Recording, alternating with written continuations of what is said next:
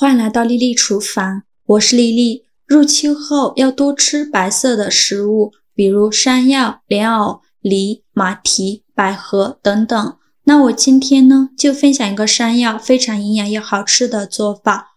出锅软糯香甜，非常适合秋冬季节食用。一起来看看我是怎么做的吧。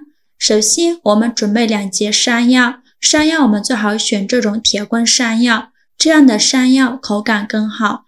然后准备一根筷子，选择粗的一头，把筷子插进去，再左手拿住筷子，右手拿住削皮刀，把山药皮去掉。我们在给山药去皮的时候，一定要戴上一次性的手套，防止山药的粘液沾到手上，手会特别痒。去皮后再把山药切成薄片，尽量切得薄一些，这样更容易蒸熟。切好之后放入蒸屉上，冷水上锅蒸，盖上盖子，大火蒸15分钟。趁这个时间准备20克红枣，把它放入大碗中，淋少许清水，把红枣打湿，再加2勺食盐，加2勺面粉，用手抓拌均匀，让每一个红枣都能裹上一层面粉。这里加食盐呢，食盐能让红枣褶皱里面的杂质自己跑出来，面粉又有很强的吸附性，能吸附掉红枣褶皱里面的灰尘和杂质，抓拌至感觉有一点粘手。再倒入适量的清水没过红枣，把红枣清洗干净，把表面的面粉清洗掉。清洗一遍之后给它控水捞出，再放入另外一盆清水中，给它多清洗几遍，直到把清洗的水变得清澈为止。洗净后控水捞出，把它装入盘中，再取出一把剪刀，把红枣剪成小块，再把枣核去掉。红枣块我们尽量剪得小一些。很多朋友就好奇了，这里为什么不要用刀切呢？要用剪刀剪这么麻烦？因为刀切的很容易碎，大小不均匀，做出来的成品就不好看了。最后剪成这样的小块就可以。全部剪好后给它放一旁备用。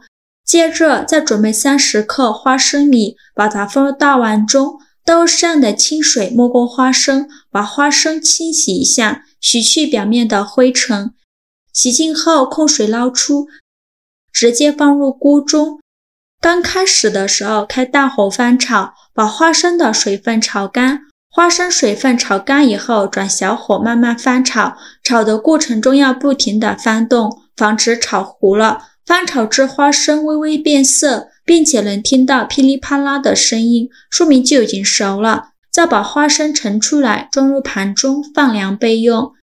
现在我们的山药已蒸得差不多了，我们打开盖子看看，戳一根筷子下去，如果能够很轻松就能戳穿的话，说明就已经蒸熟了。再把山药取出来，倒入一个大碗中，加入20克白糖，喜欢吃甜的可以多放一些。再取出擀面杖，给它压成山药泥，尽量多压一会儿，压得越细腻越好。如果想偷懒的朋友，也可以直接用料理机搅成山药泥，最后压成这样细腻的山药泥就可以。再把红枣碎放进来，用筷子搅拌均匀。搅匀后再加入300克糯米粉，继续用筷子搅拌均匀，最后搅拌成这种面絮状，再下手揉成光滑的面团。在揉的过程中，如果觉得太干，可以加一点牛奶。加牛奶呢，吃起来奶香味浓郁，会更好吃。如果觉得太稀，就再加一点糯米粉。就揉成这样一个软硬适中的光滑面团就可以。再戴上一次性的手套，抓一小把面团，大约是50克左右，用手捏一捏，再放到手心给它搓圆，最后搓成和鸡蛋黄一样大小的小圆球就可以。再把它放入蒸屉上，蒸屉提前铺好硅胶垫，防止粘连。依次用同样的方法把剩下的面团都揉完。全部揉好后，冷水上锅蒸，盖上盖子，大火蒸15分钟。现在我们的花生已经放凉了，再把花生皮去掉，用手像这样一搓，花生皮就掉下来了。花生皮处理好以后，再倒入漏勺中，把花生皮过滤出去，用漏勺像这样筛一下，花生皮就过滤出去了。把过滤好的花生倒入密封袋里，把封口处密封住，然后取出擀面杖，把花生压碎，也不用压得太碎了，有点颗粒感会更好吃，就压成这样的花生碎就可以。再把它倒入盘中，给它放一旁备用。接着再准备一块洗净后的生姜，给它切成薄片。我们在清洗生姜的时候，最好要保留姜皮，因为姜皮是凉性的，姜肉是热性的，两者搭配刚好可以综合一下。切好之后，把它放入料理机中，加入200毫升清水，选择果蔬功能键，给它打成生姜汁儿。打好后，再倒入漏勺中，用漏勺过滤一下，这样会更加的细腻。过滤好的姜汁儿，先给它放一旁备用。现在我们的山药团子也真的差不多了，我们打开盖子看一下，像这样就已经蒸熟了。现在的山药团子其实就可以吃的，但是为了更好吃，我们还需要多做一步。先把山药团子放一旁备用，另起一锅，加入50克红糖，再加入50克冰糖，再倒入刚过滤好的姜汁，开大火烧开，用铲子搅拌一下，搅拌至冰糖红糖融化。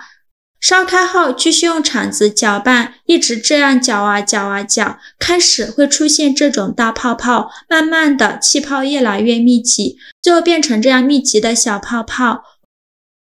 我们再把山药丸子放入锅中，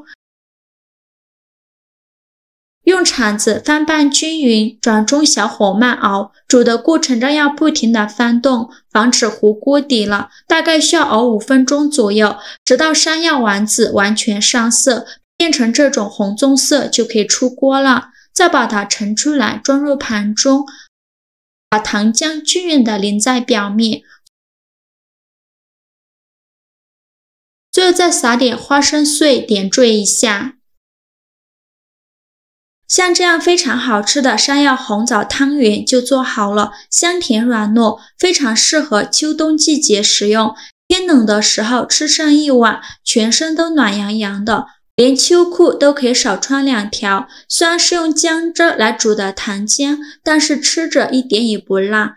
这样做的红糖浆只是微微的甜，不是那种吃起来甜得发腻的感觉。我一口气连吃了10个。汤圆中间加了红枣，还有红枣的香甜味，真的是太好吃了。